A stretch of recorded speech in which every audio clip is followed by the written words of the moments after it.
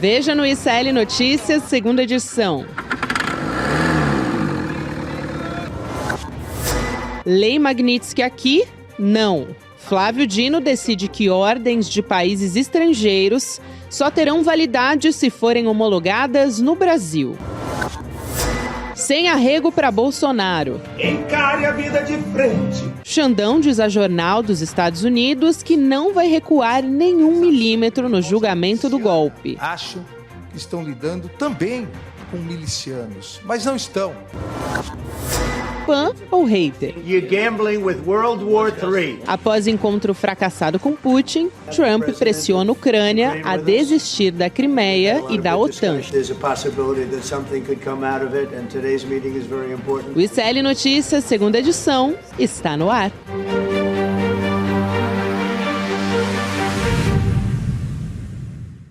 Olá, boa tarde. Seja muito bem-vindo, seja muito bem-vinda. O ICL Notícias, segunda edição, está começando mais uma semana nos canais do Instituto Conhecimento Liberta e Eduardo Moreira, no YouTube, também no canal da Voz Trabalhadora. Boa tarde para você que nos ouve pela Web Rádio São João, em Quixadá, no Ceará, e também na Rádio Cultural, na região da cidade de Torres, no Rio Grande do Sul. Estamos começando nessa segunda-feira, dia 18 de agosto de 2025. Chico Sá já está a postos aqui em São Paulo, nos estúdios. Boa tarde. É isso aí, boa tarde, Gabi. E como diz o cara que está cantando aí pro Bolsonaro... Encare a vida de frente. Encare a vida de frente, mesmo sendo segunda-feira. Essa é o meu ditado, é o meu recado. É uma boa lição para a gente começar. Quem já está encarando a vida de frente junto com a gente é Heloísa Vilela. Elô é outra história. Boa tarde, Elô. Aliás, no cenário belíssimo. Que tarde linda. Finzinho da tarde, começando daqui a pouco o pôr do sol. E pôr do sol é uma das coisas mais bonitas que existem aqui no Planalto Central. Bonito, que não é muito bonito, é o que a gente vê aqui atrás, dentro daquele prédio ali que vocês estão vendo atrás de mim, né? Mas vamos lá, que é assim mesmo que a vida anda, né, pessoal? É isso aí, Elô. Vou começar aqui o primeiro assunto de hoje, que a gente vai falar de Brasília, olhando para o judiciário. Importante decisão do ministro Flávio Dino para blindar não só o Alexandre de Moraes, mas os ministros do Supremo das sanções nos Estados Unidos. O ministro Flávio Dino decidiu hoje que ordens judiciais e executivas de governos estrangeiros precisam ser homologadas no Brasil para ter validade. É claro que ele está falando da Lei Magnitsky. O ministro Alexandre de Moraes foi alvo da Lei Magnitsky, que é uma lei que, na verdade, diz respeito a direitos humanos, que não se enquadra no caso do Alexandre de Moraes, mas fato é que foi uma sanção que é uma retaliação do governo dos Estados Unidos contra o Brasil. Essa decisão, ela foi já enviada, né, Lô, para várias entidades, Banco Central, Febraban também, que é a Federação Brasileira de Bancos, e também a Confederação Nacional das Instituições Financeiras. Como é que fica agora, Elô, se a Lei Magnitsky já foi aplicada pelos Estados Unidos, com essa alteração do Flávio Dino, né, a mudança do entendimento, como é que fica essa questão do Alexandre de Moraes agora? Olha, Gabi, na verdade aconteceu absolutamente nada contra o Alexandre de Moraes até o momento, a não ser a impossibilidade de entrar nos Estados Unidos, né, não ter o visto. E eu acho que a gente tem que olhar para essa decisão do Dino não como uma decisão relativa a esse caso específico da sanção contra o Alexandre de Moraes, mas como uma defesa mais ampla de toda a democracia brasileira, de todo o processo jurídico brasileiro. Na verdade, até, se você parar para pensar o que disse o ministro Dino, ele estabeleceu o óbvio, né? Só que às vezes, em situações esdrúxulas como a gente vive hoje, com o presidente dos Estados Unidos que acha que é presidente ou imperador do mundo, como disse o presidente Lula, né?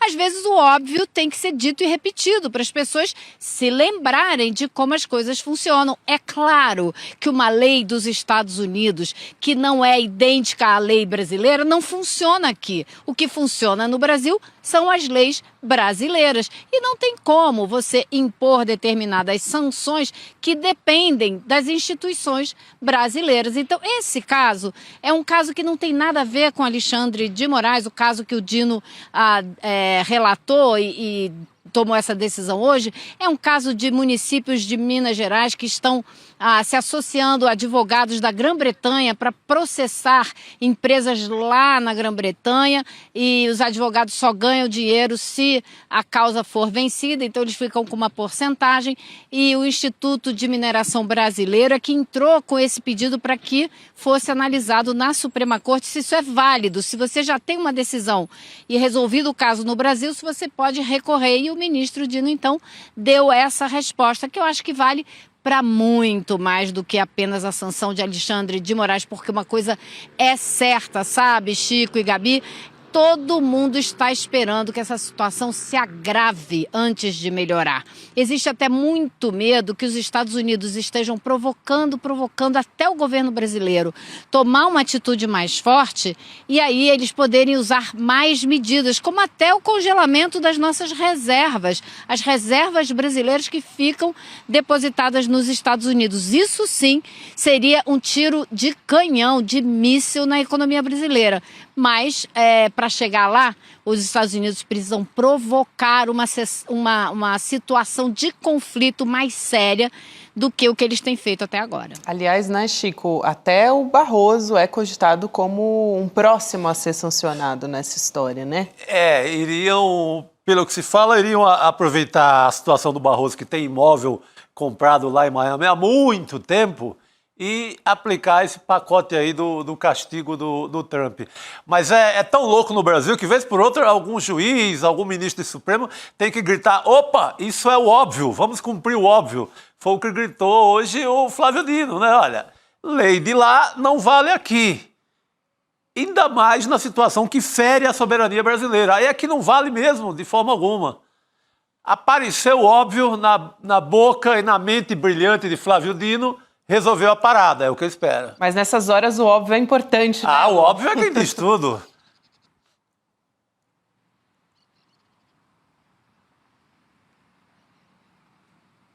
Aqui, bom... Eu acho que essa tarde bonita aí não chegou o retorno no Elô.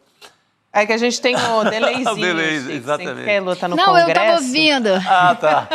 Não, sabe o que acontece aqui com a gente é o seguinte: como a gente tem esse delay, eu só falo quando vocês me chamam. Quando eu falo Heloísa, eu falo, porque senão eu acabo falando em cima de vocês sem querer. Então agora eu tô esperando. Falou Elô, aí eu falo, para não dar confusão. Isso, eu estava aqui passando justamente a palavra para Elô, porque eu acho importante isso que você fala, Chico, reafirmar em tempos como esse, que a gente tem visto uma interferência dos Estados Unidos no Brasil, uma série de sanções que estão sendo colocadas, tem também aquela investigação que inclui o nosso PIX, tem os vistos que também estão sendo revogados de ministros da saúde que fazem parte dos mais médicos, enfim, é uma série de sanções. Toda semana a gente vê uma novidade a respeito disso. Então, é importante, sim, que o óbvio seja feito, né, Lô, por parte do Flávio Dino. Agora, a gente tem mais essa decisão. Acho que reforça um ponto que é óbvio, mas que é importante em tempos como esse. Vai lá, Elô. E a gente tem que continuar reforçando o diálogo e as informações e as argumentações, porque vocês sabem o que a extrema-direita faz. Ela vai para a internet e constrói toda uma história mentirosa usando fragmentos de verdade, não é? Então, isso tem que ser dito, repetido, e a população tem que ficar muito bem informada a respeito do que está sendo feito e da ilegalidade do que está sendo feito, e mais, lembrar aos brasileiros que não é só o Brasil que está na mira dos Estados Unidos, apesar de ter se transformado num alvo importante atualmente, mas isso é uma política que os Estados Unidos estão adotando para o mundo inteiro. Então a gente tem que lembrar as pessoas que isso é contra a lei de qualquer país, que isso é um absurdo, mas que é uma política mais ampla do governo de Donald Trump. Não, e todo dia tem um ataque novo, né? O que é que deve acontecer agora? Diante dessa obviedade dita pelo maranhense Flávio Dino, o que é que vai acontecer? Irão voltar à Casa Branca. Paulo Figueiredo e seu fiel escudeiro Eduardo Bolsonaro, e vão tentar mais uma coisinha ali no varejo para inventar uma novidade, que é o que eles têm feito toda semana, né? Até o Congresso acordar e caçar esse rapaz que trabalha contra o Brasil, sendo remunerado por nós, pelo povo do Brasil. Esse cara que faz, não é lobby o que ele faz, porque hoje questionou-se se ele tinha carteirinha de lobista lá na Casa Branca. Mas ele não faz lobby, ele faz uma traição declarada e aberta ao Brasil, né? Mas diante dessa bela decisão do Flávio Dino, ele deve voltar lá para pensar em nova sanção ao Alexandre de Moraes, que pelo visto não está nem aí, porque nem aí, não nessa é um assunto que a gente vai trazer aqui hoje, nessa entrevista para o Washington Post, ou seja, falando lá para a Casa Branca, vai estar no recorte, no mail da Casa Branca, o Xandão hoje, então, falando direto para ele, falou que não vai recuar e que não vai abrir nem para um trem carregado de pólvora. Boa, já que você puxou isso, Chico, eu vou trazer um trecho da fala do Alexandre de Moraes nessa entrevista para o Washington Post, que é um jornal, né, dos Estados Unidos. Então, assim, o recado é muito claro. O ministro Alexandre de Moraes que diz que não vai recuar nenhum passo nessas ofensivas do Donald Trump contra o Brasil. E ele disse que não existe a menor possibilidade de recuar nem 1 milímetro sequer. Aqui tem um trecho, a gente estava colocando na tela para quem nos acompanha em vídeo, eu também vou ler para quem está só nos ouvindo. Ele diz o seguinte: eu entendo que para a cultura norte-americana é mais difícil entender a fragilidade da democracia, porque nunca houve um golpe lá. Mas o Brasil teve anos de ditadura sob o presidente Getúlio Vargas, outros 20 anos de ditadura militar e inumeráveis tentativas de um golpe. Quando você é mais atingido por uma doença, você desenvolve anticorpos mais fortes e procura uma vacina preventiva. Aqui uma frase do Alexandre de Moraes, achei ele bastante didático, né, Lô? É lógico que ele não está falando aqui do Capitólio, mas é bom a gente lembrar também que ali houve uma tentativa muito clara de golpe, né, nos Estados Unidos por parte dos apoiadores do Trump. Eu achei... Sim, não deu certo, né? Então ele está falando de golpes que nunca deram certo. Agora, eu achei a frase dele de uma felicidade incrível, assim, ele traduziu para uma maneira simples e clara de explicar a situação. E aí, o deputado Lindbergh Farias pegou esse começo dessa frase e colocou nas mídias sociais dele. E eu tive, assim, uma longa discussão com uns grupos que eu tenho aqui em Brasília, porque as pessoas diziam, mas um político não tem nada que botar nas redes dele, uma frase do ministro, parece que fica briga de torcida. Eu discordei de maneira absoluta. Por quê? A gente não está vivendo tempos normais. A gente já falou isso aqui no CL tantas vezes, né? Não são tempos normais, são tempos em que o ministro do Supremo tem que dizer o óbvio, são tempos em que os políticos são chamados a se posicionar, sim, e defender a democracia, porque não é uma defesa do senhor Alexandre de Moraes, cidadão brasileiro. É uma defesa da instituição STF, que é uma das bases da democracia brasileira. Então é muito mais sério do que isso. Eu acho que está certo, acho que todo cidadão brasileiro pode e deve repetir essa frase para todo mundo entender. E vai haver um começo de uma movimentação aqui no Congresso, porque já existe um estudo sendo feito, um texto sendo redigido para colher assinaturas para propor uma CPI do tarifaço.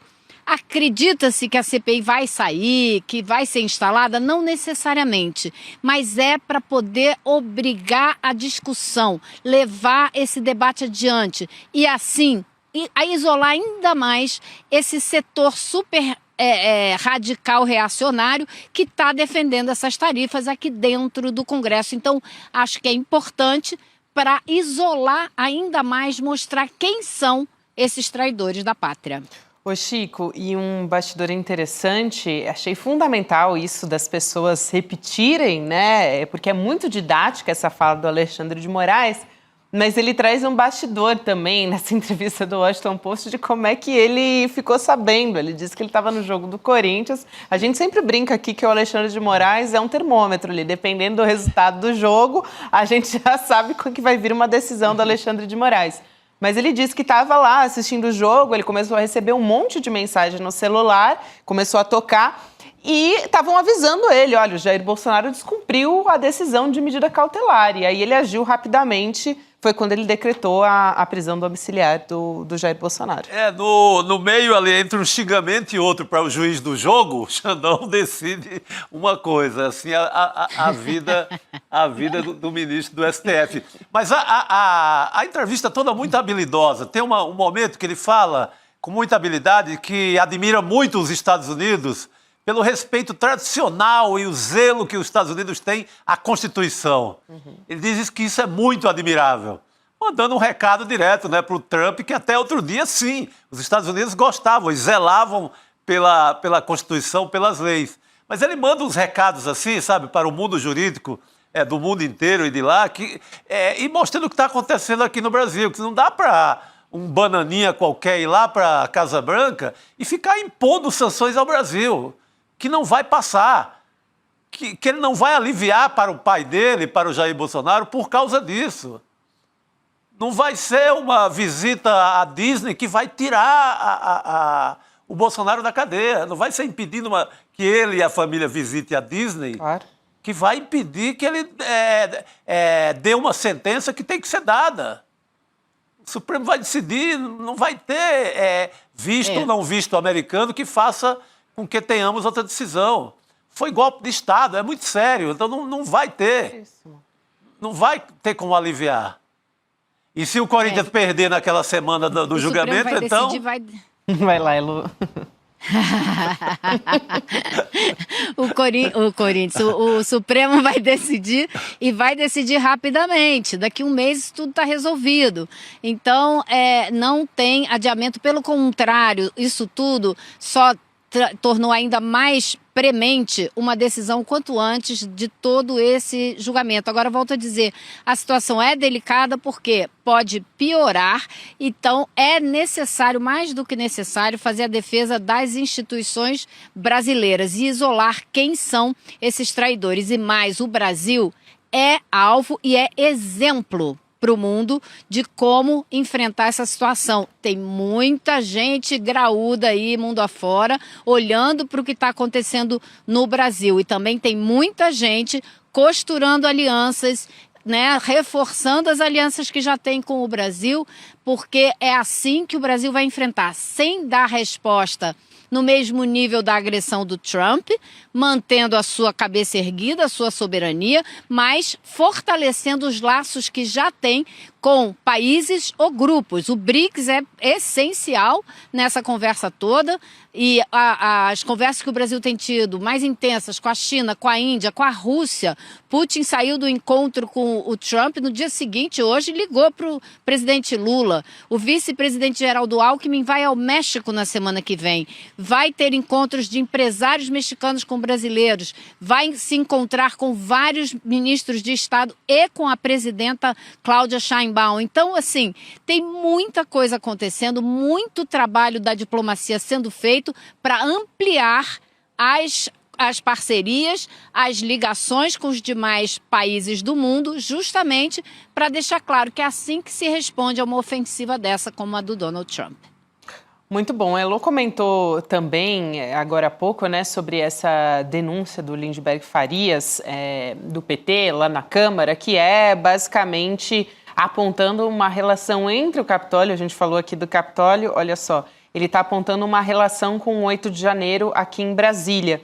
Ele lembrou de um detalhe importante sobre Eduardo Bolsonaro, da presença dele em Washington no dia da invasão do Capitólio e dizendo que essa tentativa de golpe aqui no Brasil, então no nosso 8 de janeiro, foi um ato premeditado e com bastante antecedência. E pelo que a gente está vendo também do levantamento de provas, aí, do julgamento e tudo que a gente vai acompanhar no dia 2, que está muito próximo de acontecer, corrobora com isso. Mas tem um trecho aqui da fala do Lindbergh a respeito disso que vale a pena a gente trazer. Vamos lá. Você sabia que Eduardo Bolsonaro estava em Washington no dia 6 de janeiro de 2021, no dia daquela brutal invasão feita pelos apoiadores do Trump no Capitólio? Essa pode ser uma informação importante para mostrar que o 8 de janeiro não foi um ato espontâneo, foi um ato organizado, construído, premeditado e inspirado na invasão do Capitólio 2 anos antes.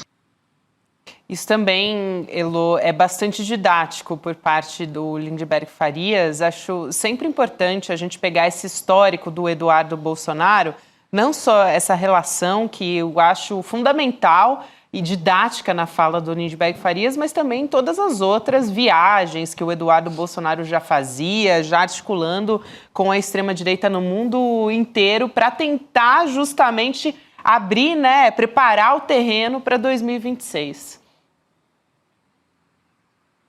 Exatamente. A gente vê que é uma receita de bolo, né, Gabi? Porque a preparação para isso foi a mesma que o Trump fez nos Estados Unidos. Trump dizia que ele só perderia a eleição se houvesse uma fraude, que de outra maneira ele não perderia.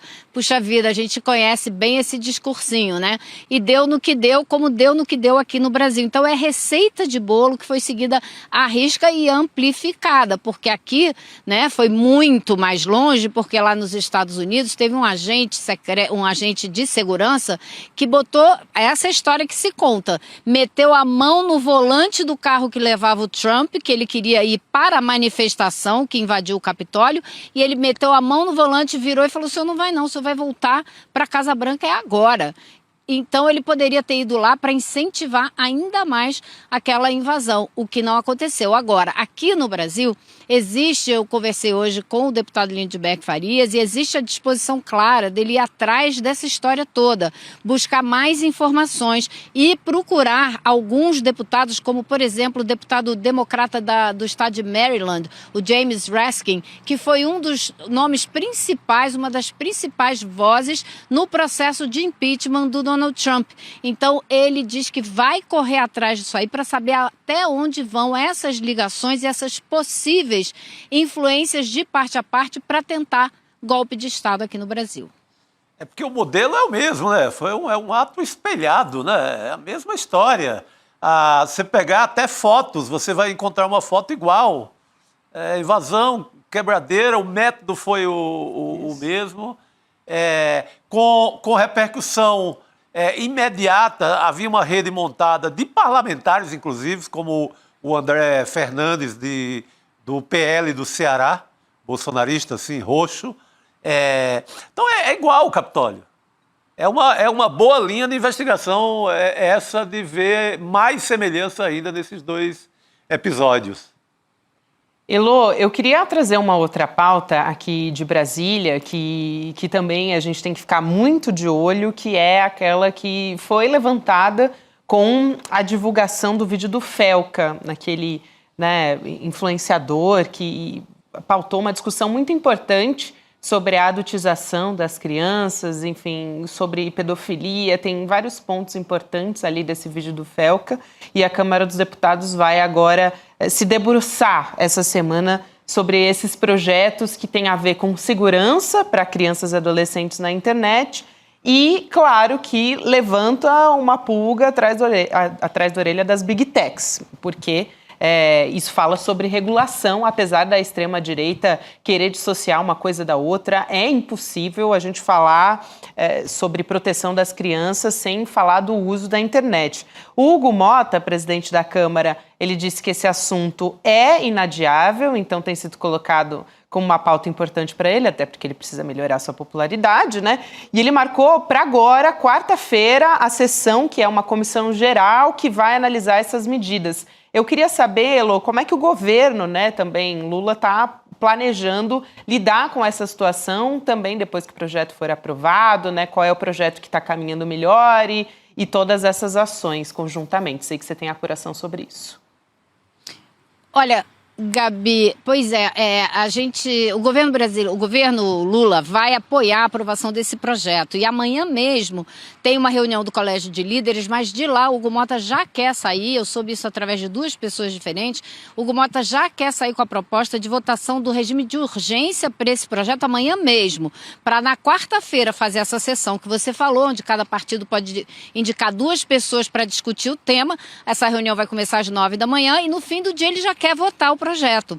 Esse projeto, o vídeo do Felca deu um empurrão, deu um impulso a um processo que já vinha em andamento na Câmara dos Deputados, porque esse projeto já tinha sido aprovado no Senado, foi para a Câmara, foi pautado em março desse ano na Comissão de Comunicação e já estava 98% pronto para ser apresentado quando veio o vídeo do Felca. Então, uma coisa ajudou a outra, levou adiante esse projeto, que se limita ou foca, né, nesses crimes, nessas violências contra crianças e jovens na internet. O que o governo quer fazer, e teve até uma reunião hoje no Palácio do Planalto para decidir como vai ser levado adiante isso, o governo quer ampliar esse projeto. Então, o projeto vai à votação, muito provavelmente será aprovado com facilidade e depois disso o governo vai conversar com os líderes da Câmara e do Senado para apresentar 2 outros projetos que ampliam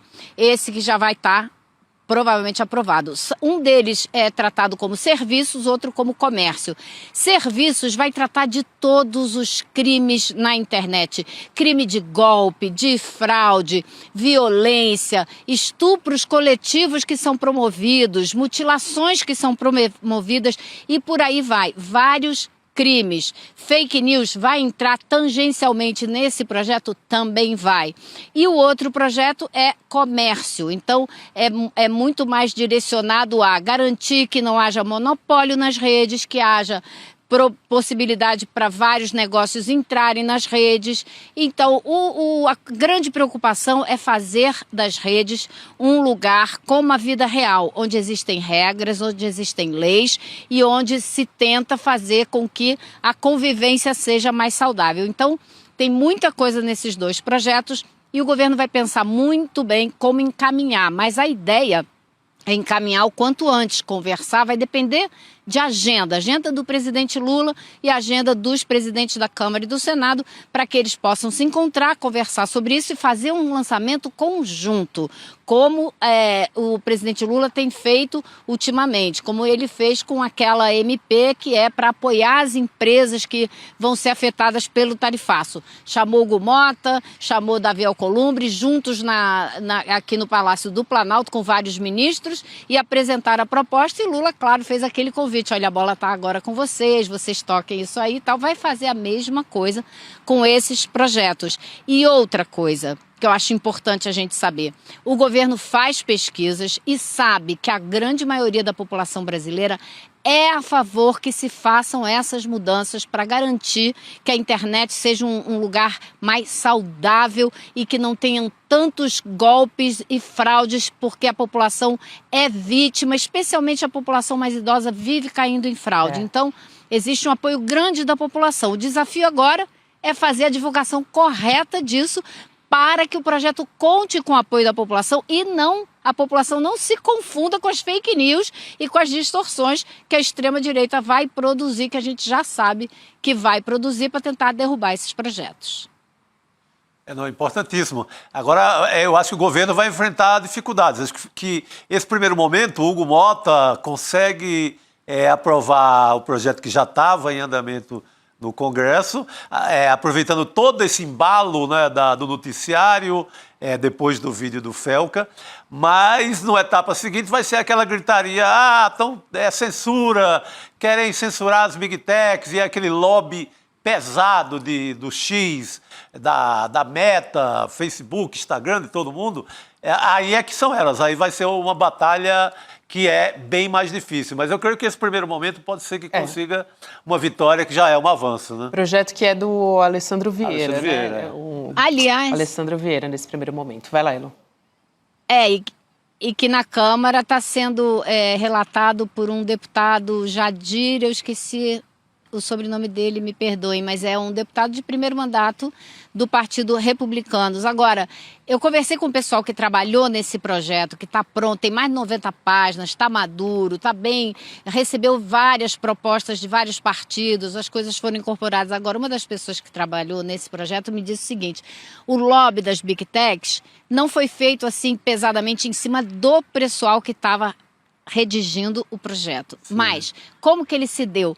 Ele veio pelas mãos de deputados, principalmente do PL, que apresentaram emendas que eram assim, me disseram, essas pessoas são técnicas que conhecem o mercado, nitidamente escritos pelas Big Techs. A pessoa me disse, chegava aqui a gente já sabia quem tinha redigido.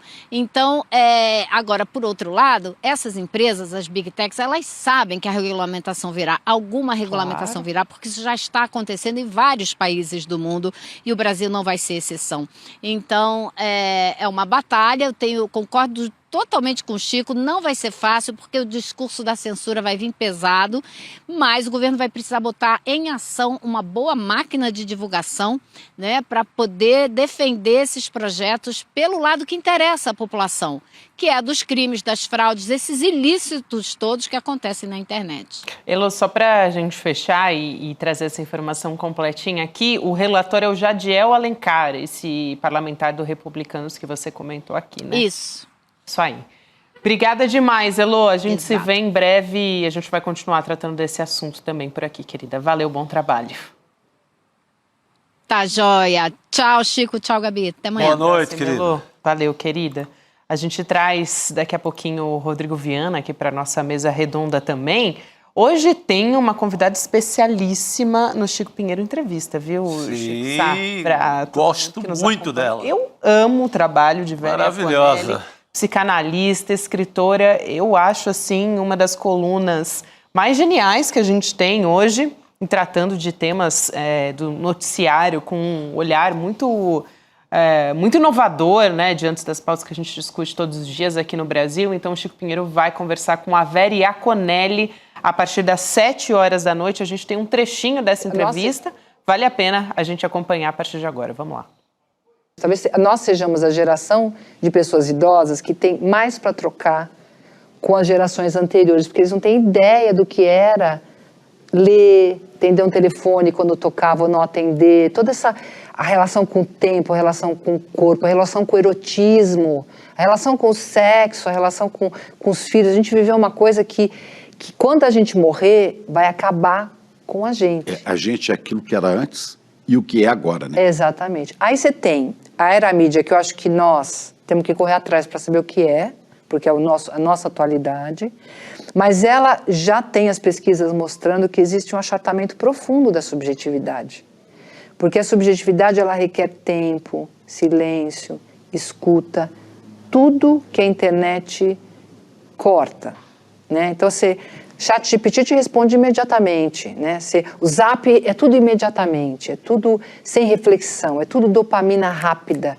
Então, aquele prazer que você estuda e tem aquele insight, né? Aquele prazer de entender, aprender alguma coisa, que vem depois uma ralada sem fim, aquela dopamina que vem, nossa, entendi isso daqui. Às vezes a pessoa tem mais prazer em fotografar o prato que vai comer do que comer mas você aquilo, imagina, né? É uma droga, é uma heroína, é uma coisa absurda, porque é uma dopamina sem fim. E o cérebro, ele é feito para capturar a dopamina. Então a gente está viciadão nesse negócio.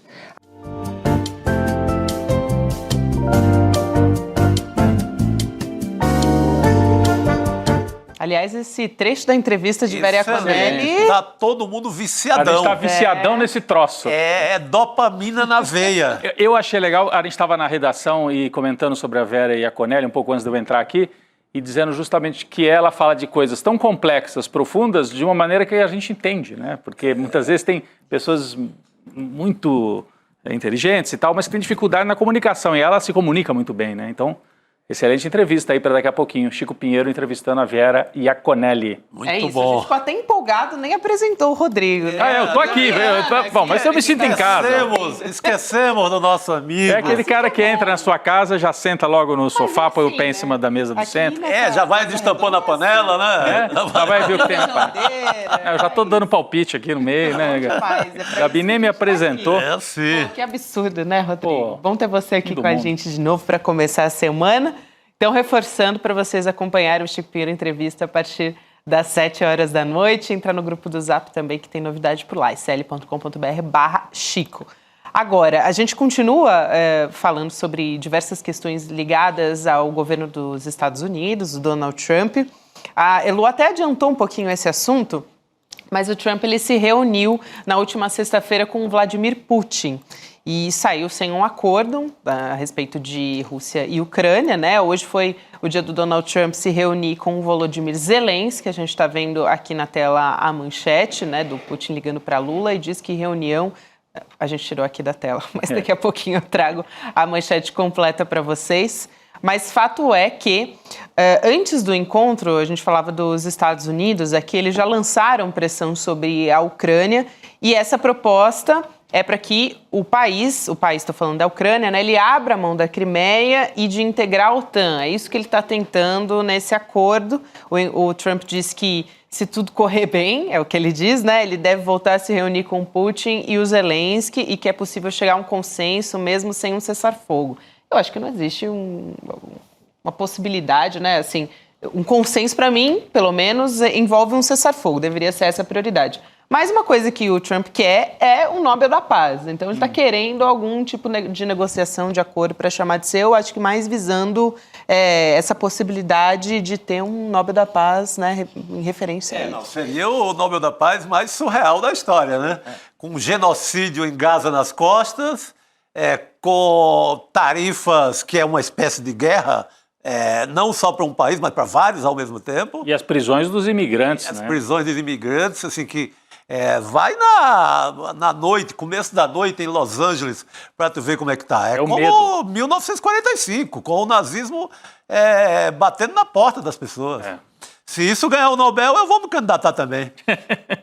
Ao de literatura, né? Não, aí você merece, pô. O que é isso? Né? Pelo amor de Deus, uma tranqueira dessa ganhar prêmio Nobel, eu desisto da humanidade. Agora foi interessante isso, que ele primeiro se reuniu com Putin e hoje trouxe o Zelensky, levou lá, né, na Casa Branca o Zelensky, e na sequência colocou todos perfiladinhos, assim como se fossem alunos, né, os europeus. Então os europeus, todos bonitinhos ali do lado do Trump, Macron, primeiro-ministro da Inglaterra, né, da Grã-Bretanha, na verdade, da Alemanha, então todos ali com ele, para tentar pressionar a Europa nessa ideia. O Trump quer que o Zelensky e a Europa abram mão da ideia de que a Ucrânia integre a OTAN. Né? Então isso é um ponto. O outro ponto, a Ucrânia abre mão definitivamente da Crimeia, mas não tem a menor chance de retomar a Crimeia, não tem nenhuma possibilidade. O que eu me pergunto é se, além da Crimeia, a Ucrânia vai ter que abrir mão também do leste do país, que já está dominado pela Rússia, ali as províncias de Donetsk e de Lugansk, né, que são duas províncias que falam russo, inclusive. E mais as terras raras. Mais as terras raras. Então está tudo isso. Onde elas estiverem no mapa. Que aí é só colher o resultado das terras raras. É isso. Ô Gabi, você falava que o Jamil Chad vinha para conversar com a gente sobre isso, né? Exatamente, Jamil Chad está a posto. Opa! Para conversar a hora que você quiser, então. A respeito disso. A hora que Jamil aparecer, pintou na tela Jamil Chad aqui junto com a gente. Jamil, boa tarde para você. Boa tarde a todos. Bom falar com vocês. Olha, notícia fresquinha. A reunião entre Donald Trump, os europeus e Zelensky foi suspensa para que Donald Trump ligasse para Putin. Isso, pelo menos, segundo o jornal alemão, o Bild, que, obviamente, tem o seu representante lá, no caso, o chanceler alemão, está na reunião. Então, a reunião foi interrompida. Trump, então, ligou para Putin, está ligando para Putin, e a reunião vai ser retomada após essa ligação. É, de fato, uma reunião muito importante. Como você colocou, Gabi, na sexta-feira, a reunião entre Donald Trump e Putin no Alasca, e agora a reunião com Zelensky e os europeus, o secretário-geral da OTAN também, mas principalmente Itália, Alemanha, Reino Unido, França, Finlândia e a Comissão Europeia. Esses são os países, basicamente os atores em volta da mesa, e justamente o que o Rodrigo colocou. E aí, vai abrir mão do quê? Porque olha só o desequilíbrio, ou pelo menos a dúvida que está sendo colocada. Donald Trump, então, fala para a Ucrânia, não, você não pode entrar na OTAN e não, você não ficará com a Crimeia. Mas a pergunta que todos fazem, e para a Rússia, qual é a exigência feita por Donald Trump aos russos? E por enquanto isso não está claro. O que existe sim como um projeto é de que exista algum tipo de garantia institucional para que, claro, as eventuais novos capítulos dessa relação entre Ucrânia e Rússia não envolva uma nova anexação. Mas aí o Rodrigo tem toda a razão em perguntar, porque não é só ele que está perguntando, tem muita gente perguntando. E aí? E o leste da Ucrânia? Vai ficar como? ou, mais uma vez, a Ucrânia abre mão e aí a Rússia mantém algum tipo de controle sobre aquele território. Então, todas essas são as dúvidas que estão sendo colocadas, uma reunião muito, muito importante. Agora, vou contar uma historinha para vocês que é muito curiosa. Há uns 3 anos, um outro presidente que não tem nenhuma relação com o bolsonarismo ou o trumpismo sugeriu justamente da Ucrânia fazer concessão em relação ao território e em relação à OTAN. E aí os bolsonaristas vieram explodindo. Que absurdo! Quem pode pensar nisso? Quem é que tinha feito essa proposta? O presidente Lula. Agora eu fico imaginando como é que vai ser para os bolsonaristas aplaudir Trump fazendo exatamente as propostas que Lula fez há 3 anos. Enfim, aquele mundo que gira, né, Chico? É impressionante. Nossa, o roteiro dá uma capotada e a gente se vê diante disso.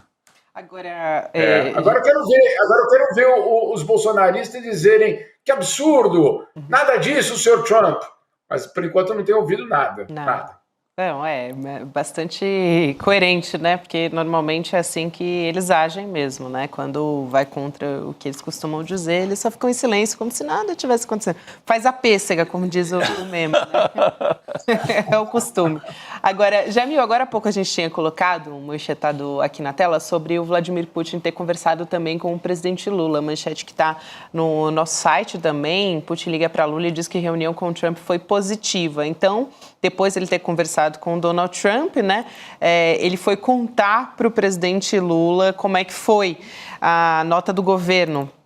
Diz que no final desse telefonema, que durou ali cerca de 30 minutos, mais ou menos, essa conversa, o Putin, ele considerou essa conversa bastante positiva e reconheceu também o envolvimento do Brasil em iniciativa para a paz. Então, isso é importante. Internacionalmente falando, né, o presidente Lula ele reafirmou o apoio do Brasil no sentido a esforço para uma solução pacífica e para o conflito entre Rússia e Ucrânia.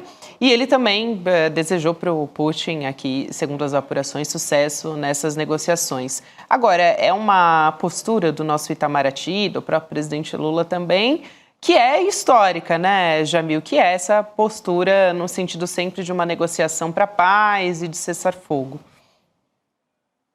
O que o governo brasileiro sempre propôs desde o começo, e que depois, em aliança com a China, veio insistindo, é que não há uma negociação na qual um lado impõe a paz sobre o outro. Uma negociação de paz é justamente o que a palavra diz, negociação. Senão ela não é uma negociação, senão ela é capitulação de um lado, capitulação do outro. O que o Brasil sempre insistiu, qualquer negociação teria de envolver russos e ucranianos. Isso era a posição central do Brasil, uma posição que foi rejeitada por muito tempo, justamente pelos europeus e também pelo governo Biden, que dizia não há como você incluir nesse processo o invasor. O governo brasileiro dizia, olha, a gente não consegue visualizar como um acordo de paz seria feito se um dos lados não estivesse envolvido. O próprio Zelensky, a gente se lembra de toda a polêmica entre Zelensky e Lula, isso nas cúpulas presidenciais, ele deixando o Lula, não aparecendo na reunião com o Lula, criticando muito, convidando jornalistas brasileiros a irem até Kiev para criticar o governo brasileiro. Isso muitas vezes, isso foi reportado em vários meios, em vários jornais que foram convidados até Kiev para relatar basicamente a insatisfação de Zelensky em relação ao Lula. E agora o Zelensky está tendo de aceitar basicamente que vai ter de negociar justamente com Putin. Essa ligação de Putin para Lula, ela não foi isolada. Putin também ligou, por exemplo, para o primeiro-ministro da Índia, outro membro do BRICS. Então, dá para ver aí que Putin está fazendo um gesto, está fazendo uma articulação, não apenas com Donald Trump, mas também buscando justamente os países emergentes, os países do BRICS, justamente para consolidar algum tipo de posição e, claro, ver se essa resolução, ou se pelo menos esse início do que parece ser um diálogo diplomático pode ser concretizado com um acordo de paz. Dá tempo só de falar mais uma coisa sobre assunto, né, que eu fico sempre lembrando, não há tempo para mais nada, né, nas transmissões de rádio. Não, mas a gente tem tempo ainda. Não, porque um dos pontos que o Trump colocou na mesa, segundo a gente ouviu aqui pelas agências internacionais hoje, Jamil, é de que a Europa e a Ucrânia teriam que abrir mão da ideia da Ucrânia integrar a OTAN. Né? E esse, aliás, essa era a justificativa. Quando o Putin começou a guerra, invadiu a Ucrânia, e o fato é que invadiu mesmo, ele disse: estou fazendo isso porque a Europa está avançando até ficar perigosamente próxima de Moscou, né? A União Europeia, a OTAN, o poder ocidental estão querendo cercar a Rússia por todos os lados. Agora o Trump estaria propondo que eu desse um passo atrás, que a Ucrânia não entrar, porque a Ucrânia tinha a decisão tomada de entrar na OTAN, né, que é a Organização do Tratado do Atlântico Norte. Você acha que é possível isso? Os europeus vão ter que engolir isso? Não, damos um passo atrás, nesse momento a Ucrânia não entra na OTAN, o Putin sairia vitorioso, me parece, se essa for a decisão, não? Exatamente, Rodrigo. Talvez o acordo, e isso parece encaminhado da seguinte forma: a Ucrânia não entra na OTAN e a Rússia dá garantias de segurança para a Ucrânia. O que, claro, sempre é aquela questão: como? Né? Qual outra garantia a não ser formar parte de uma aliança militar? Então, isso tudo vai ter de ser construído. Isso parece ser a barganha.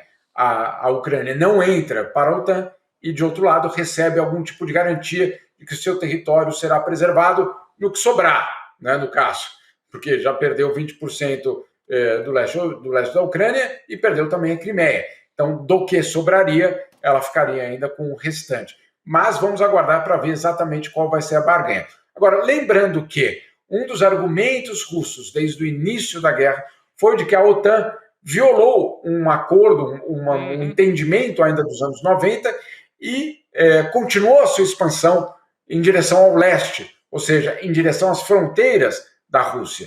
E isso deixava, obviamente, os russos extremamente preocupados. Eu não estou aqui defendendo a Rússia, ou não é nada disso, estou explicando o que era o argumento russo e e os fatos. Né? O que aconteceu?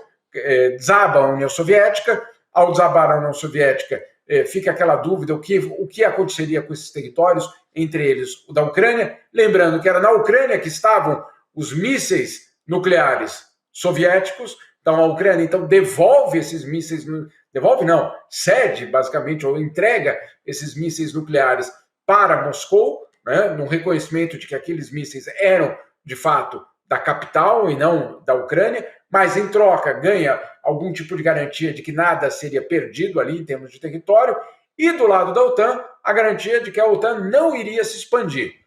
Em 20 anos, um pouco mais de 20 anos, o que aconteceu é que a OTAN viveu ou promoveu 5 expansões territoriais.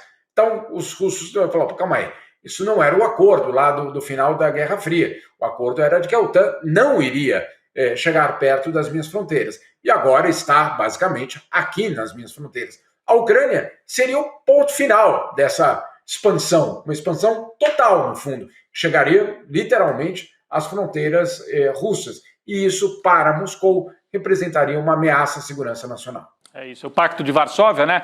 Só para dar o nome da época, que era, quer dizer, o pacto militar do lado do leste, né, do lado da União Soviética, era o Pacto de Varsóvia, que juntava a União Soviética, Polônia, os países do leste ali, né? E aos poucos, vários desses países, e a Polônia principalmente, só para completar, o Jamil já explicou, mas só para completar um pouquinho, quer dizer, a Polônia, que é um país estratégico ali, do centro para o leste da Europa, integra a OTAN, um dos principais países hoje, inclusive está recuperando sua capacidade armamentista. Então, isso tudo vai preocupando o governo da Rússia, e ele usa essa justificativa, o Putin, para dizer: opa, aí não, chegou, já foi longe demais, já foi Polônia, já foram vários países ali do leste, se bater na Ucrânia, aí é demais, significa um cerco total à capital, né, a Moscou e a Rússia, é isso aí.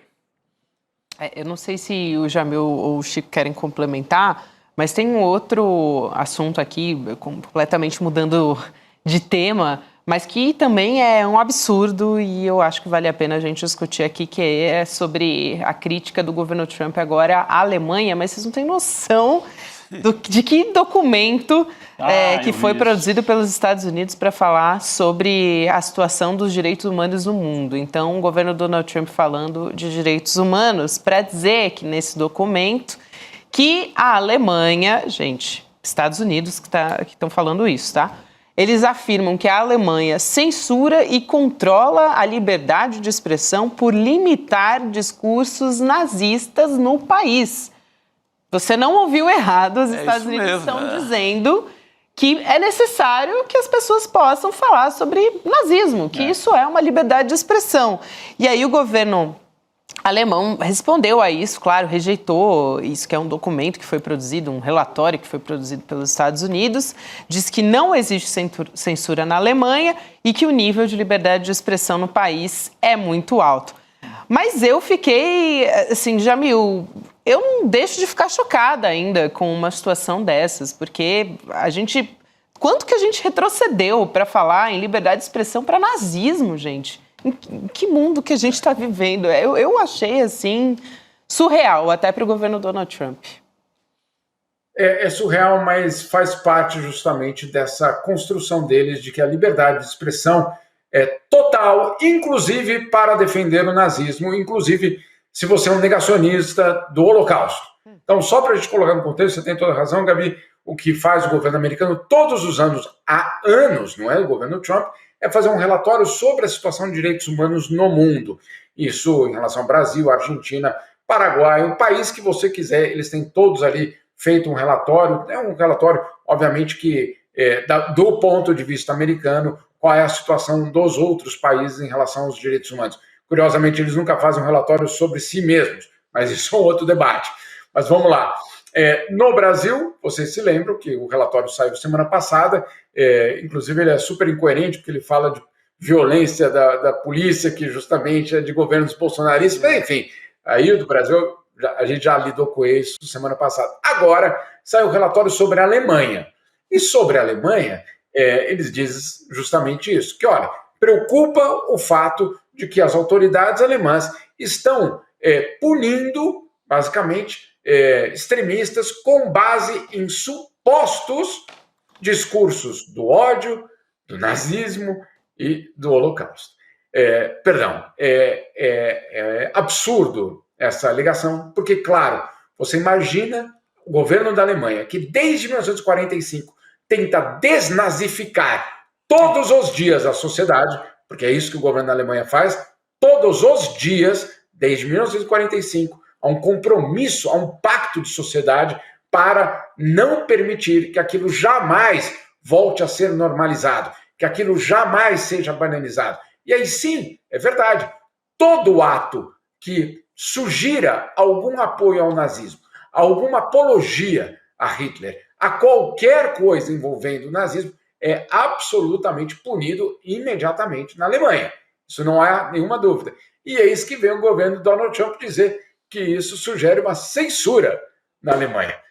Obviamente, o governo alemão já respondeu dizendo, me perdoem, isso não é censura coisa nenhuma, isso é, obviamente, lidar com ameaças reais ao Estado de Direito, à democracia. Então, mas sabe por que eu trouxe essa notícia, Gabi? Porque ela é reveladora do que significa para o governo Trump liberdade de expressão. Isso é basicamente um desenho. Sabe aquela brincadeira, só falta desenhar? Pois bem, desenharam. Desenharam que para eles liberdade de expressão é a liberdade de, inclusive, defender que não houve o Holocausto. Isso é muito grave. Isso é muito grave. Em qualquer circunstância, isso é muito grave. Agora, lembrando que nós, aí no Brasil, vocês, nós todos, os brasileiros, estamos sendo atacados pelo governo Trump por violar a liberdade de expressão. Então, só para a gente deixar muito claro que a liberdade de expressão para eles é isso, é você poder defender o nazismo. É muito bom, Jamil, e num contexto a gente está falando de que o partido extremista da Alemanha conquistou um número de cadeiras bastante considerável e que logo depois das eleições que a gente teve na Alemanha, a gente teve o Departamento Federal de Proteção da Constituição, basicamente a Alemanha, dizendo, olha, esse partido, a AfD, é classificado como um partido de direita radical, grupo extremista, e parece que é validado, né, pelo governo dos Estados Unidos. Então, isso é muito grave. Mas eles fazem uma confusão, né, Jamil? Pega o relatório, eu li com atenção o relatório do Brasil. Em relação a direitos humanos. Aqui, por exemplo, eles criticam pesadamente a forma como o Brasil tem permitido a criação de grupos neonazistas, em Santa Catarina principalmente. Porque isso levaria a um ataque aos judeus. Não só dos judeus do Brasil, mas a Israel, a judeus do mundo inteiro. Então, cara, o que querem? O que quer o Trump? O que quer esse povo da Casa Branca? Eles dão um pau, assim, como dão um pau na polícia do Tarcísio, pesado na polícia do Tarcísio de Freitas, governador de São Paulo, por conta das chacinas policiais, eles atacam também a como o Brasil tem sido permissível com grupos neonazistas. E que isso seria algo muito pesado para os judeus e para Israel. Então, é uma loucura. É que a pergunta é, quem é que vai fazer um relatório dizendo que eles, nos Estados Unidos, são permissivos com os neonazistas? E são. Né? Aliás, o Bannon fez campanha, e mais gente da turma do Trump fez campanha abertamente pela AfD e por outros partidos extremistas em eleições recentes lá na Europa. Agora, quem é que vai dizer? Estados Unidos toleram neonazista, Estados Unidos toleram marcha de racista lá agora esqueci o estado, mas acho que é em Charlotte, né, que é a cidade onde fazem marchas racistas todo ano, e os Proud Boys, que o Trump conta como um grupo... É um grupo radical, extremista, de apoio a ele. E ele dialoga com essa gente porque ajuda na eleição. Eles mobilizam nos estados do Sul, principalmente, né? Então, quem é que vai fazer esse relatório? Dizendo que os Estados Unidos atacam os direitos humanos nestas prisões que ele acabou de inaugurar agora para os imigrantes, ao mandar separar famílias e mandar a mãe para El Salvador e deixar o filho nos Estados Unidos. O Jamil estava lá, estava morando, escreveu um livro sobre isso, lançou o livro agora, então é a melhor pessoa para falar sobre isso. Então, se alguém tem atacado os direitos humanos no mundo, são os Estados Unidos, né? Acho que... Agora, quem é que vai fazer esse relatório? Esse relatório a gente faz aqui, na cobertura, como diz o Chico, o diário do fim do mundo, que a gente tem feito a cobertura aqui, né, Gabi? As nossas notícias parecem, às vezes, é o diário do fim do mundo. É uma notícia como essa que você trouxe aqui pra gente. Mas não sei se o Jamil quer completar sobre isso. Ele que esteve falando tanto sobre esse tema, inclusive com um livro, né, que é escrito, que narra a experiência dele e da família, né, do filho. Não sei se todo mundo sabe, Jamil, você já explicou várias vezes, mas o título do seu livro é uma frase que seu filho ouviu, né? Numa escola nos Estados Unidos. Em menos de um ano nos Estados Unidos já ouviu coisas desse tipo, né? E quando a xenofobia é liberada pelas autoridades máximas, ela chega a lugares que são imprevisíveis. E os efeitos, obviamente, são imprevisíveis. Justamente o que aconteceu com meu filho no pátio da escola, que o coleguinha basicamente disse para ele: tomara que você seja deportado. Fico imaginando a situação de outros milhares. Agora, milhares de imigrantes, enfim, de qualquer pessoa dos Estados Unidos que não faça parte.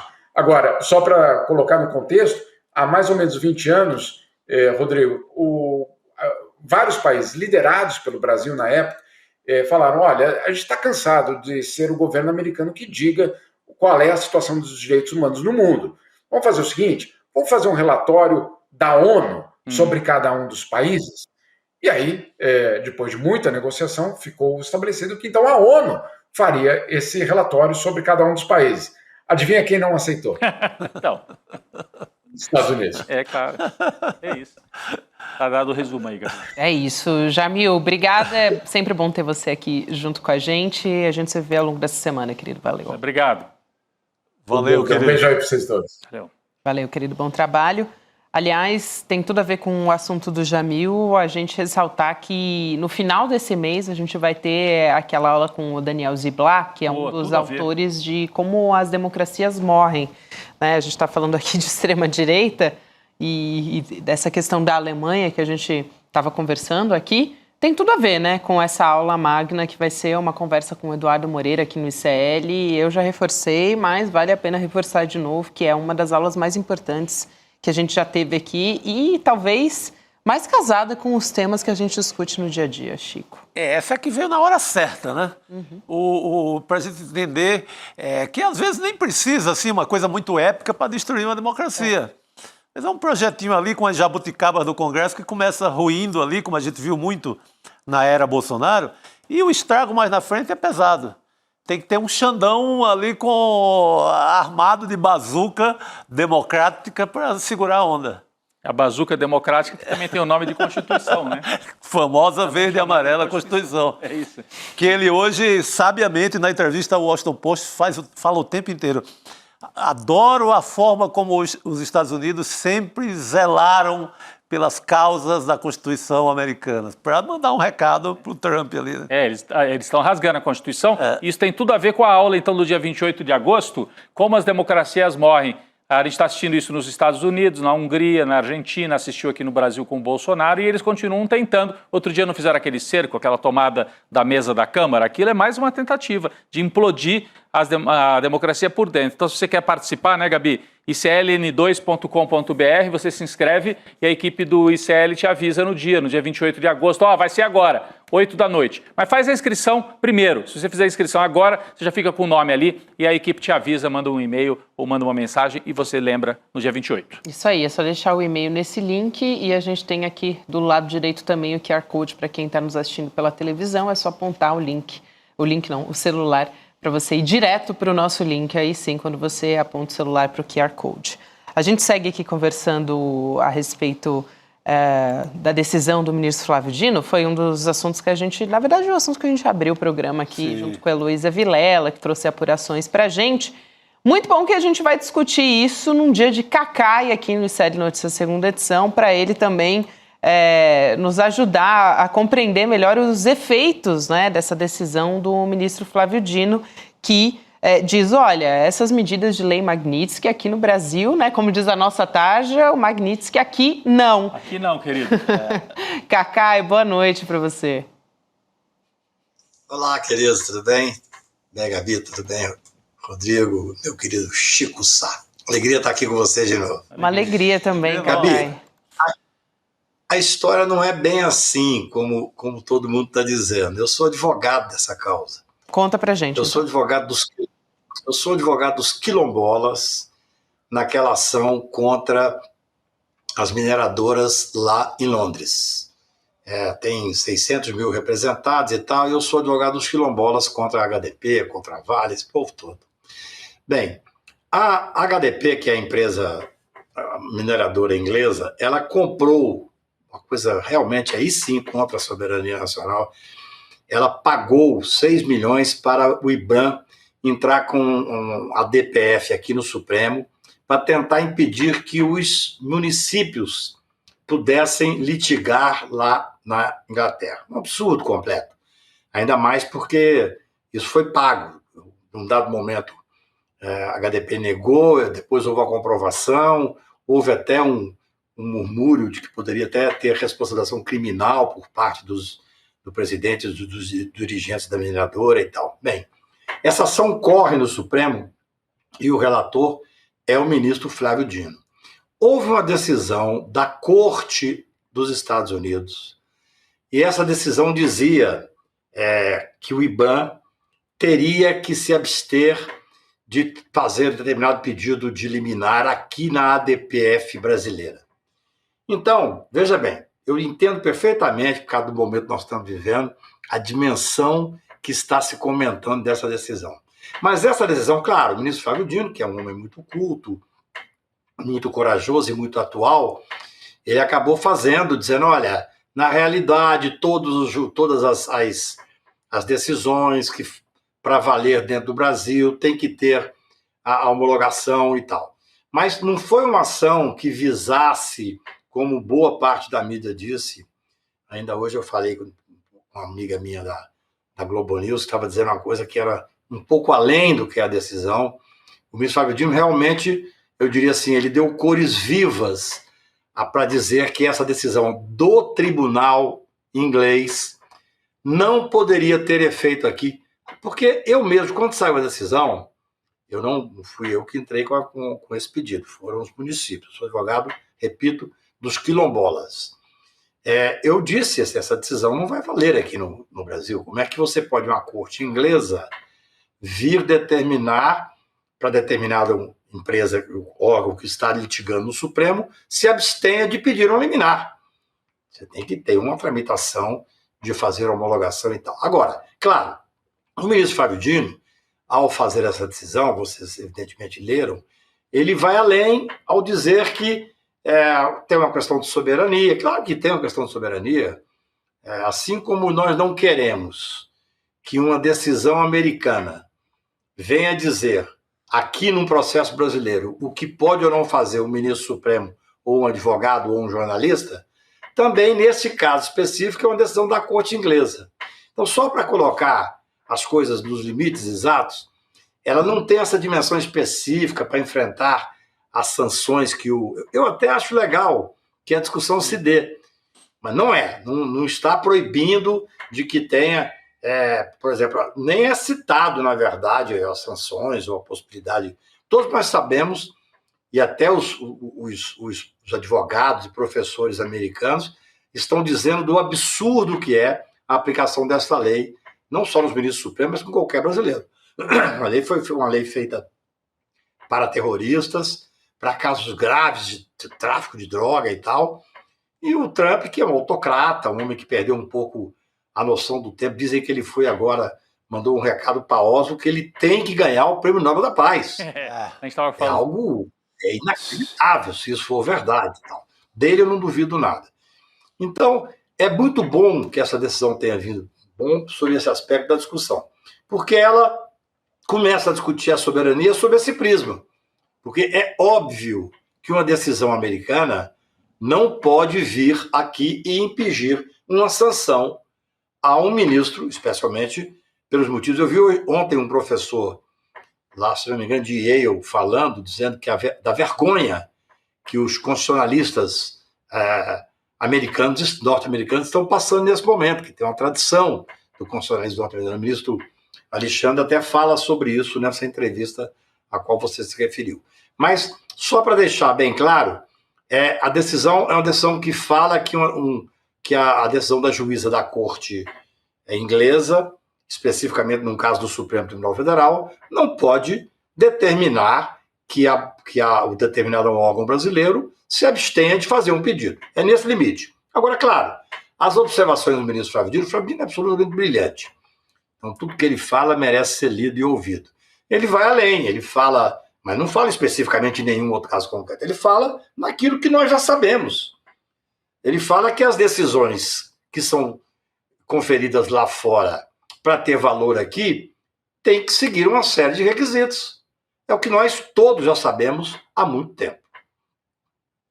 Muito bom, Cacai. E também a gente estava falando aqui, né? Você estava falando sobre como essas sanções também têm o objetivo de atingir o Brasil, o judiciário como um todo.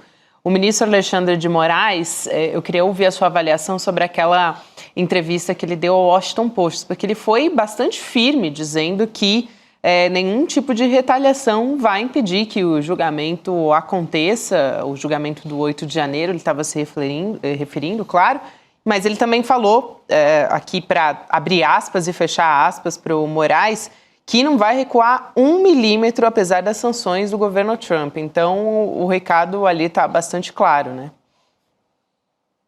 Gabi, eu tenho dito, desde que começou esse imbróglio todo, que se alguma interferência estas ações vão ter no julgamento, eu acho que não tem nenhuma, será apenas para que o tribunal seja ainda mais cuidadoso sobre o aspecto do rigor.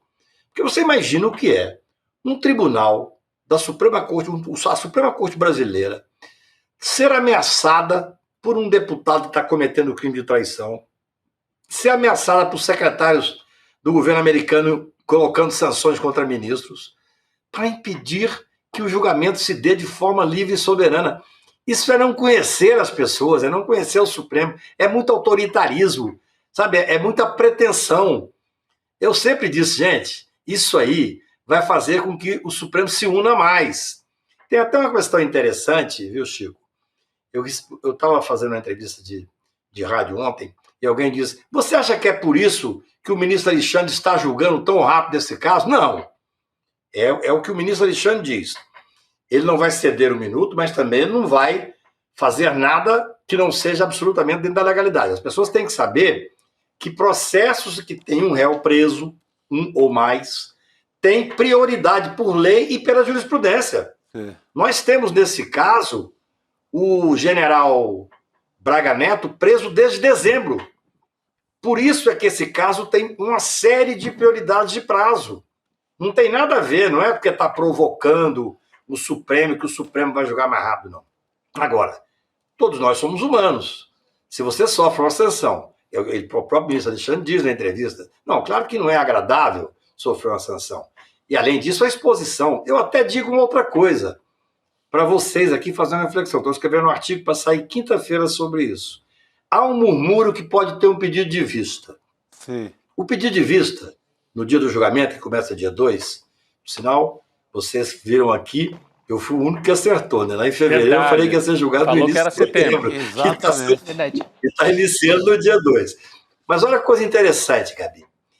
Você tem um julgamento sendo iniciado agora, e esse processo, existe um murmúrio que pode ter um pedido de vista e tal. Claro que o pedido de vista é um direito regimental de todo ministro. Eu, no entanto, acredito que todo esse momento que nós estamos passando quase impede um pedido de vista. Primeiro que o processo, hoje ele é eletrônico, os ministros todos têm acesso a absolutamente tudo em tempo real. O ministro Fux, por exemplo, acompanhou os interrogatórios, fez pergunta, então eles conhecem sobejamente o processo. O ministro Alexandre já deu notícia de que mandará para todos os gabinetes a cópia integral. Eu sou de uma época que eu ia no gabinete, tinha um processo lá com mais ou menos 50 mil páginas. Eu tinha que passar o dia lá com outro advogado, estagiário e tal, porque eu ia fazer uma sustentação oral. Hoje não. Hoje você recebe tudo em tempo real por e-mail e tal. Agora, o que neste ponto que nós estamos falando, eu acho que pode influenciar? Qualquer ministro que pensar em pedir vista, embora seja um direito regimental, ele sabe que estará expondo a corte. Ele estará expondo a risco os ministros e os familiares de ministros.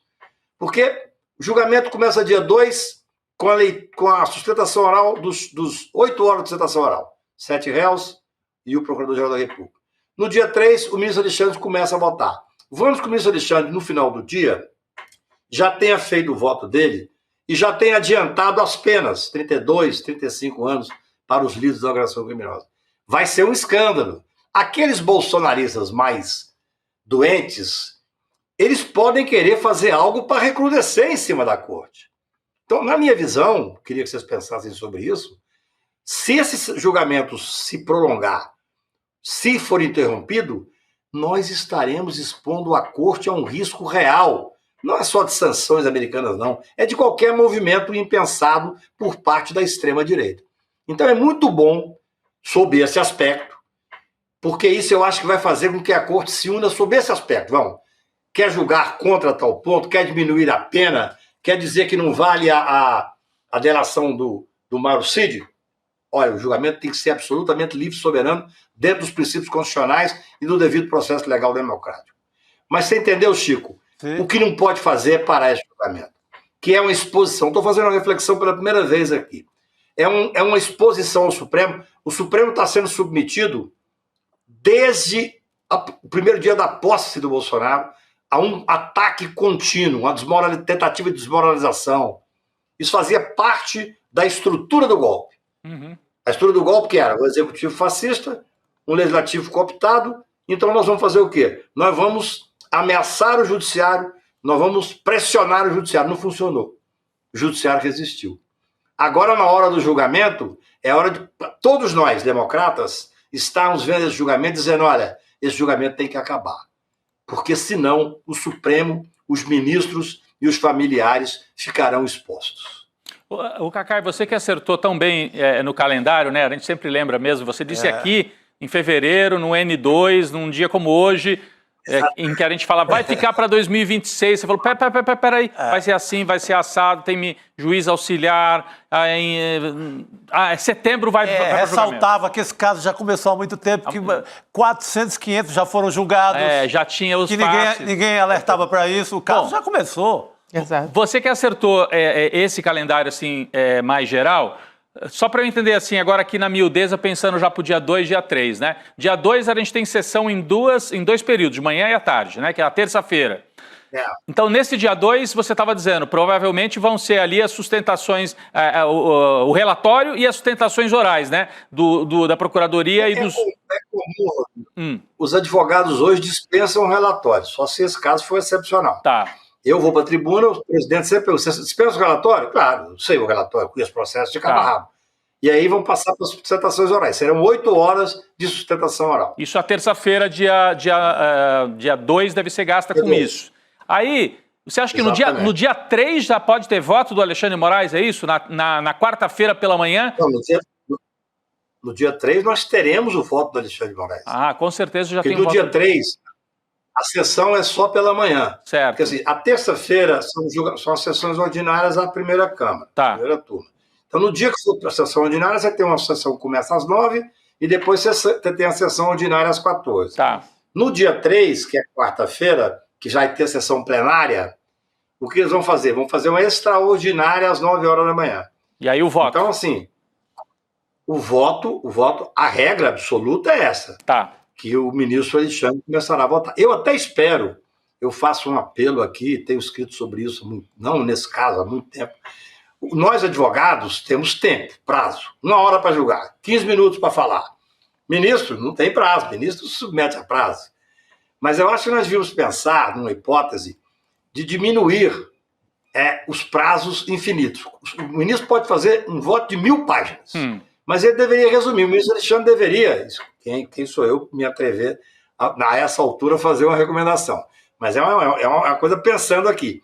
Ele deveria resumir o voto dele em 4 horas e no dia 3, naquela sessão, até porque é muito ruim você cortar o voto no meio, entendeu? Sim, sim. Eu que sou advogado, vai ser o fim do mundo. Quer dizer, mas eu sei que ele conseguirá, se quiser, porque os votos já estarão distribuídos. Olha que maravilha que é hoje em dia. Os ministros distribuem os votos para os seus parceiros.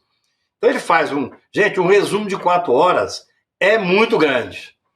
É muita coisa para pode ser resumida, entendeu? Mas então eu acredito que é possível até. A minha questão, Cacá, e aí então ele vai apresentar o voto na quarta-feira, é que no domingo deve ter manifestação bolsonarista, porque você estava dizendo que vai ter algum tipo de reação os mais translocados, né? Então o Alexandre de Moraes apresenta o voto dele e nós vamos para o dia 7, que eles estão marcando manifestação, com o voto do Alexandre de Moraes, inclusive com um pedido talvez até de pena, já ali incluído no voto. Vai ser um momento realmente de tensão, porque os outros ministros só vão dar o voto na semana seguinte, tem essa questão, né? Vai ter o 7 de setembro no meio. Você está me dizendo fortalece essa ideia de não ter pedido de vista. Eu vou te dizer por quê.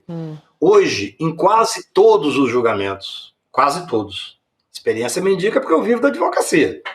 A literatura é o que eu gosto, mas eu vivo mesmo da advocacia. Quer dizer, em quase todos os julgamentos, assim que o relator acaba o voto, se algum ministro for pedir vista, ele já pede vista. Na hora ali. Interrompe o julgamento. Então, por exemplo, se algum ministro resolver pedir vista, em regra, ele não vai esperar que todos votem para no final falar, eu quero vista.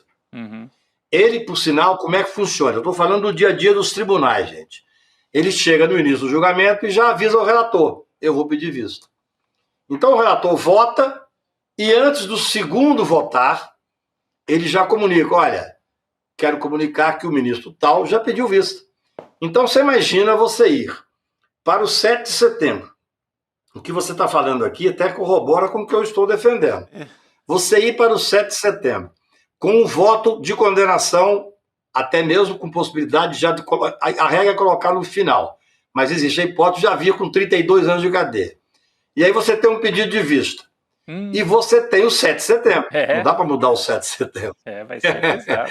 Então nós teremos uma hipótese de ter um país mais conflagrado, sem dúvida nenhuma. Eu não tinha pensado nessa hipótese. Até nisso o pedido de vista está politizado ao extremo, né? O pedido de vista ganha outra conotação. Agora, tecnicamente, o pedido de vista não faz mais sentido no tempo de hoje, né, Cacai? Você não tem mais aqueles carrinhos de supermercado cheio de processo que o cara teria que ler. Ele já sabe tudo. Faz sentido só do ponto de vista de você protelar um pouco, né? O Fux vai dizer, não, eu não li. Ou eu quero refletir melhor sobre essa questão. Pensar melhor? Qual a desculpa? Eu prefiro sempre pensar que por exemplo, o direito ele é surpreendente. A semana passada, eu fiz uma sustentação oral no processo e o relator, que tinha levado o voto escrito, ou seja, quando ele leva para votar é porque ele já estudou, já tem voto escrito e tal. Ele virou e falou, olha, eu ouvi a sustentação atentamente, há uns pontos que eu não tinha refletido, eu vou retirar de pauta. Opa! Por isso é que você vê como é que as coisas não são matemática do direito. Eu sustentei e o relator disse, ó, eu quero pensar mais sobre alguns pontos. Então, eu respeito profundamente qualquer juiz, tem o direito regimental de pedir vista. O que eu digo é o seguinte, você tem razão sobre esse aspecto. Todo o processo está sendo aberto, a instrução está sendo feita. Por exemplo, o Alexandre disse uma coisa super importante. Agora, se não me engano, até nessa entrevista à qual você se referiu, Gabi. Ele disse, eu dei 137 decisões, parece, todas foram levadas ao colegiado. Se foram levadas ao colegiado, todas, ele disse que não derrubou nenhuma, todas já foram decididas pela casa. Sim. Então a casa conhece sobejamente a prova dos autos, entendeu? E repito, o ministro Fux, diligentemente, de forma muito interessante, participou, vocês viram, participou inclusive de interrogatórios, perguntando como é o direito dele, é julgador e tal, tal, tal. Então, assim, em tese, e acho que nesse caso justifica realmente fazer, não é um apelo, porque eu não posso fazer um apelo, mas uma torcida para que não tenha vista, porque especialmente isso que o Rodrigo falou agora, você imaginou, dia 3 tem a condenação, se o ministro Alexandre conseguir terminar o voto dele dia 3. Aí, a próxima sessão é apenas no dia 9. E nesse meio tempo você tem o 7 de setembro. Se tiver tido o pedido de vista, tem um 7 de vai setembro ser um barulho. 7 de setembro no meio do caminho, Gabi. O Cacai, e tem uma outra questão que está sendo muito colocada, uma preocupação das pessoas, porque a pena máxima que pode chegar ao Bolsonaro, segundo os crimes que são atribuídos a ele como réu, é de 43 anos de prisão, uma condenação, né? Eu queria te perguntar se, eventualmente, com todas essas questões que são colocadas pela defesa do Bolsonaro, se dá para retirar, né, ou a defesa conseguir retirar algum crime que é atribuído a ele. A gente tem uma série, não vou citar todos aqui, mas organização criminosa armada, tentativa de abolição violenta do Estado Democrático de Direito, enfim. Os advogados do Bolsonaro, eles podem conseguir uma redução da pena? Qual que é a perspectiva para o Bolsonaro nesse sentido? Olha, é aquilo que o Chico acabou de falar e que eu já referi diversas vezes. Nós tivemos 600 e tantas pessoas, quase 700 condenadas. Uhum. Eu cheguei, quando começou esse julgamento específico, no dia do recebimento da denúncia, lá atrás, se não me engano, 26 de março, eu disse, gente, esse processo vai ser muito rápido, porque todas as teses, sem exceção, já foram levadas para o tribunal. E o tribunal teve unanimidade. Você tem teses que são interessantes? Tem. Você pega 2 crimes graves e diz que, na verdade, existe um princípio que um vai absolver o outro. O Supremo já decidiu isso, diz que não. Não. Por unanimidade. Você entendeu? Uhum. Então, assim, no meu ponto de vista, a única decisão que ainda não se deu é sobre a validade ou não, e o ministro Fux disse que vai levar, é um direito dele, da delação do Mauro Cid. E repito, que se cair, para mim, eu acho que não vai cair, mas se cair, ela seria prejudicial tão somente para o Mauro Cid que perderia os benefícios. Porque não precisa de delação dele para condenar ninguém nesse processo. O processo tem elementos, por sinal, é o processo que eu conheço que mais tem prova produzida pelos réus. Sim. Eu sei que eu era muito abordado por pessoas em congresso, em universidade, sei lá onde, que perguntava, mas você acredita que existe esse plano verde e amarelo, punhal verde e amarelo, para matar o Lula, o Alckmin e o Alexandre? Aí, de repente, vem um general e confessa, eu que fiz o plano. O Mário Fernandes. Assim, exatamente. Não tem muito o que discutir. Então, assim, o que acontece agora? Nós temos, no meu ponto de vista, o que vai mudar é a pena. A dosimetria da pena, é claro que vai ter discussão, né? Eu acho assim, se você tem um cara que entrou no Palácio do Planalto, fez um ato gravíssimo de cometer os crimes e foi condenado, mas é um cara que não participava da organização, não tinha força nenhuma na estrutura da organização criminosa, que tudo isso conta na hora de colocar a pena. Esse cara pegou 17 anos. Isso. O outro pegou 15 anos. Tem 600 e tantos condenados. Então, eu sou advogado, eu tenho que analisar o que eu conheço dos processos. Quer dizer, acho que o normal é que as penas comecem não no patamar mínimo, mas em patamares mais altos e que pode chegar a 32, a 35 anos de condenação. A última vez que a gente conversou era essa 32 a 30, né? 32 a 35. Mais de 30 anos. 32 a 35. E Cacá, você já explicou também, mas só uma outra dúvida, a questão dos últimos recursos, né? Vamos dizer, dia 9 de setembro, por aí, termina o julgamento, ou dia 12, sei lá, por volta do dia 9, termina o julgamento. Aí ainda tem alguns recursos, não cumpre a prisão imediatamente. Isso é importante. Quantos recursos ainda tem? Rapidamente, se você puder explicar para a gente. O que acontece? Quando é publicado o acordo, nos julgamentos como esse, que os votos vão escritos, o acordo é publicado muito rapidamente. Hoje em dia, os tribunais funcionam com rapidez enorme. Aí é julgado, publicado o acordo, e aí os advogados têm prazo para fazer uns embargos de declaração. O embargo de declaração não é um recurso que vai atacar o mérito da causa. Nesse caso, seriam embargos infringentes que não vão existir, porque teria que ter 2 votos absolvendo. Então, assim, o embargo de declaração é um processo feito para sanear obscuridade, contradição ou omissão. Só. Isso é julgado em 33, uma semana, uma sessão. E houve uma mudança no Supremo, quando do julgamento do senador Luiz Estevam, o relator era o ministro Toffoli, em que veio o segundo embargo de declaração, o terceiro embargo de declaração, o quarto embargo. Nós, advogados, temos que entrar com embargo para impedir que a pessoa vai ser presa. Sim. Se está dentro da norma processual, o advogado faz. Mas o Supremo vai entender o seguinte: se os segundos embargos de declaração forem protelatórios, se não tiver nada realmente que justifique, eles decretam o trânsito em julgado e a prisão é imediata. Acontece isso com o Collor. Certo. Muito recentemente. Então, embargo de declaração, o Supremo entendeu que era protelatório e mandou prender. É assim que funciona. Então, provavelmente, outubro está liquidado. Outubro está encerrado. Eu acho que sim. Eu acho, salvo se tiver um pedido de vista. Tá bom. Se não tiver um pedido de vista, outubro... exatamente. Isso aí, então, Cacai. Vamos aguardar. Dia 2 a gente aguarda com bastante ansiedade. E lógico que até lá a gente ainda vai discutir muita coisa que vem por aí. Bom ter você com a gente aqui nesse começo de semana. Valeu, Cacai. Obrigado a vocês. Alegria sempre estar aqui. Abraço grande. Um abraço, sempre um prazer, Cacai. A gente vai estar a posto, sempre reforço isso, com a nossa equipe no dia 2 de setembro em diante. Não tem cobertura maior do que de cobertura full time. Aliás, ninguém fez essa cobertura como o ICL fez, porque foi testemunha a testemunha. Quando os órgãos aí metidos a maiores do que o ICL só foi no filé. Só ia no Bolsonaro, no Braga Neto, o ICL estava lá, testemunha a testemunha, general a general, coronel a coronel. Heloísa Vilela, Guga Noblat estavam lá de plantão. Dalpiva, todo mundo isso aí. De olho.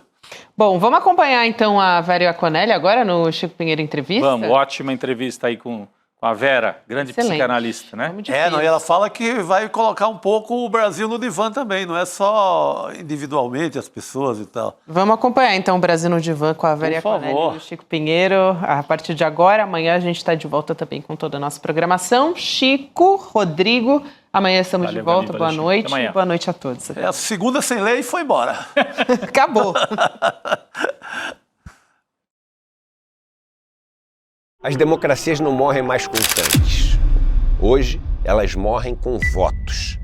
Morrem com um vírus que é implementado dentro do regime democrático para destruir a própria democracia.